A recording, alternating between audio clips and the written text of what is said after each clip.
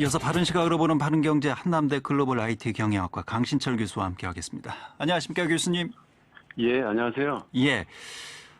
저희가 그 재난지원금의 소비 진작 효과에 대해서 언젠가 한번 분석을 해드렸던 것으로 기억을 하는데 최근에 이 관련한 통계가 나와서요. 그리고 계속해서 보도가 연일 지금 쏟아지고 있어서 이걸 다시 한번 좀 짚어보도록 하겠습니다. 이 재난 1차 재난지원금의 경제적 효과에 대한 논란은 이제 크게 세 가지로 요약되는데요. 예. 첫 번째가 이제 재난지원금을 지급했지만 소비 진작 효과는 별로 없었다.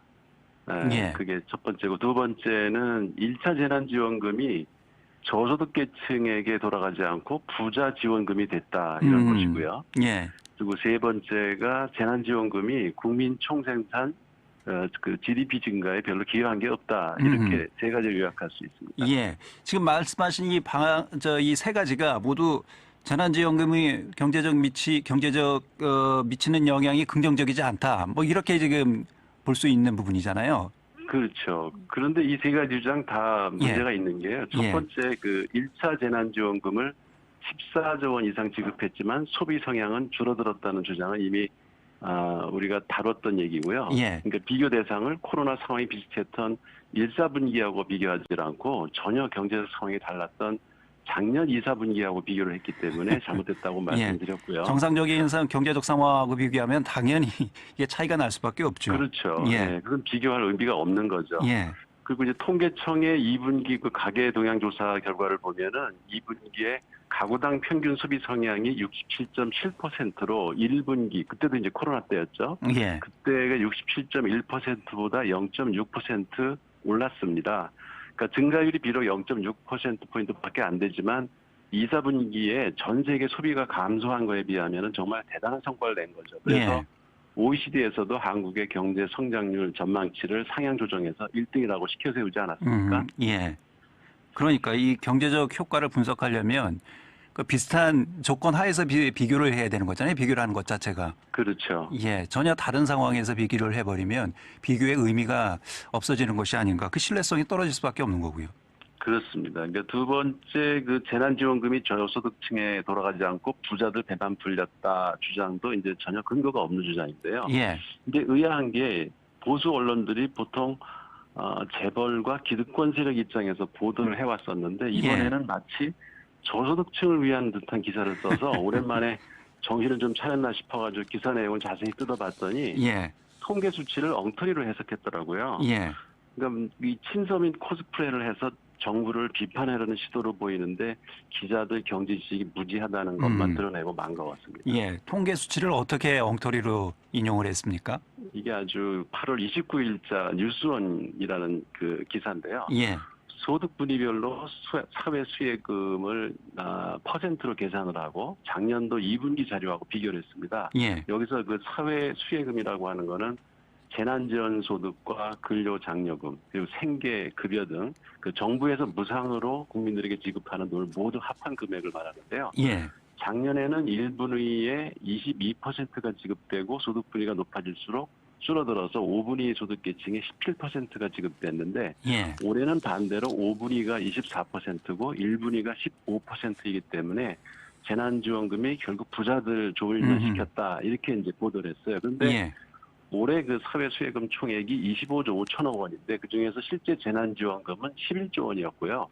나머지 14조 원이 근로장려금이나 생계급여에 해당합니다. 다시 말해서 오렌지, 사과, 복숭아, 과일을 다 섞어서 이렇게 5개 집단에 나눠준 다음에 과일별로 자세히 세보지도 않고 어떤 특정 집단에 사과가 많이 갔다, 이렇게 말하는 거나 마찬가지인데요. 그러니까 지원금 항목별로 분리하지 않고 비교하는 오류를 범한 거죠. 게다가 1차 재난지원금은 가구 원수에 따라서 그 소득에 상관없이 똑같이 지급했기 때문에 원천적으로 소득 계층 간의 지급액이 차이가 날 수는 없습니다. 근데 이런 억지 해석을 내놓는 걸 보면 이 엉터리 쓴 기자 아무래도 학교 다닐 때 통계 시간에 좀 좋은 것 같아요. 그 상식적으로 고소득층의 이 가구 원수가 저소득층 가구 원수보다 많지 않습니까? 그렇죠. 이게 통계적으로도 이거는 확인되는 그 팩트잖아요. 맞습니다. 5분위에 속하는 가정이 그 가구 원수가 평균 3.52명인데 예. 1분위 가정의 평균 가구 원수는 2.34명밖에 거의 1.5배거든요. 예. 그러니까 고소득층의 사회 수혜금 총액이 많을 수밖에 없는 구조이고요. 음. 특히 이제 소득이 낮은 노인 계층과 그 나홀로 청년 계층이 증가하고 있는 추세여서 저소득층의 평균 가구 원수는 계속 줄어들 전망입니다. 예. 그래서 재난지원금을 균등 배분하면은 소득계층별 수혜금 총액에 앞으로는 금액 전체를 보면은 더 벌어지겠죠. 그러니까 한마디로 소득계층 간 사회 수혜금 총액 비중의 차이가 나는 거는 인구 구조상의 문제이지 특정 계층의 재난지원금이 더 주고 덜 줘서 일어난 결과는 아니라는 겁니다. 그래서 모든 국민에게 똑같이 나눠졌는데 어떻게 특정 계층에 더 지원했다는 생각을 할 수 있는지 모르겠습니다. 예. 그러니까 지난번 재난지원금 그 지급 기준이 가구원 수로 이렇게 지급을 했기 때문에 예. 고소득층은 당연히 가구원 수가 많아서 많은 금액이 지원이 됐고 저소득층은 가구원 수가 적기 때문에 그에 비해서 이제 적게 지급을 됐는데 마치 고소득층만을 위해서 지원을 한 것처럼 이런 방식으로 쓴 거죠. 보도를 했다 이런 얘기군요. 그 저소득층은 재난지원금을 받고도 별로 소비하지 않았다. 뭐 이런 또 분석도 있던데요. 예. 그게 이제 지난주에 우리 다루던 엉터리 기사에도 그런 내용이 있었는데요. 바로 그 다음 날 정반대로 주장하는 기사가 같은 신문에 실렸습니다. 둘 다 이제 동아일보 기사인데요. 8월 24일 기사에는 저소득층일수록 소비를 더 줄여서 정부가 의도한 대로 재난지원금이 소비 진작 효과가 별로 없었다 이렇게 썼고요.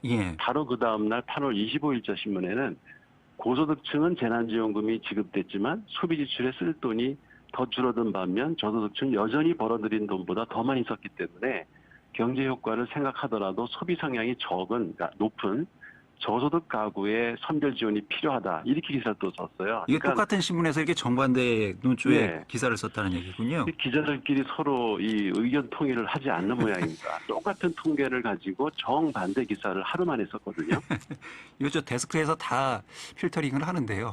전혀 데스킹이 안 된 기사인데요. 그런 시간이 없나 봅니다. 그 세 번째로 말씀하신 재난지원금이 GDP 성장률에 별 도움이 안 된다. 뭐 이런 분석도 있지 않습니까? 이건 어떻게 봐야 될까요?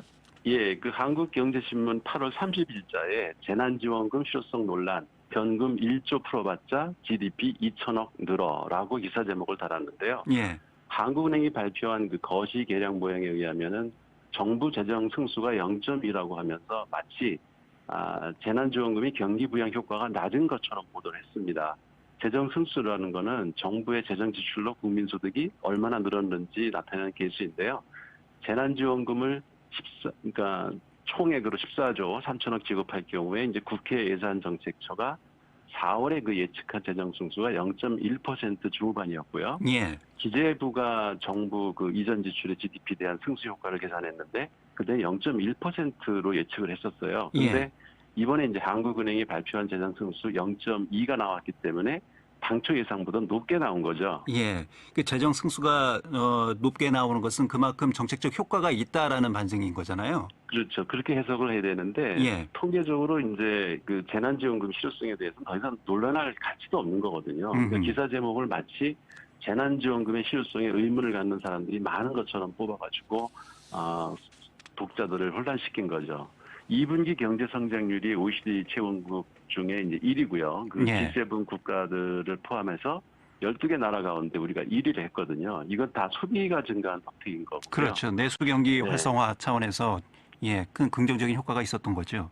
그렇죠. 1분기에 그 민간 소비가 코로나 사태 발생으로 지난해 4분기보다 마이너스 6.5%나 감소를 했었는데 올해 2분기 들어서 이게 플러스 1.4%로 증가를 한 거고 통계청이 발표한 그 소비 판매 지수 또한 1분기 마이너스 증가율을 보였지만 4월부터 3개월 연속 증가세를 이어갔습니다. 그러니까 재난지원금이 5월 이후 본격 사용된 걸 감안하면은 소비를 크게 촉진한 것은 이미 통계적으로 다 입증이 된 거거든요. 그런데 이렇게 자꾸 엉터리 기사 제목을 뽑아서 그 효과를 깎아내리려고 애를 쓰고 있는데요. 아무리 엉터리 기사를 써도 재난지원금은 분명히 소비 진작 효과가 있다는 것이 입증된 거고요. 따라서 그 2차 재난지원금도 더 이상 지체하지 말고 전 국민에게 똑같이 나눠준다고 저는 생각합니다. 알겠습니다. 교수님 여기까지 듣겠습니다. 고맙습니다. 예, 고맙습니다. 예, 바른경제 1차 재난지원금 효과 관련된 기사들을 검증을 좀 해봤습니다. 한남대 글로벌 IT 경영학과 강신철 교수였습니다. 대전, 세종, 충남, 대세남의 오늘을 심도 있게 짚어보는 시간. 여러분께서는 지금 김현선 아나운서가 진행하는 KBS 대전 라디오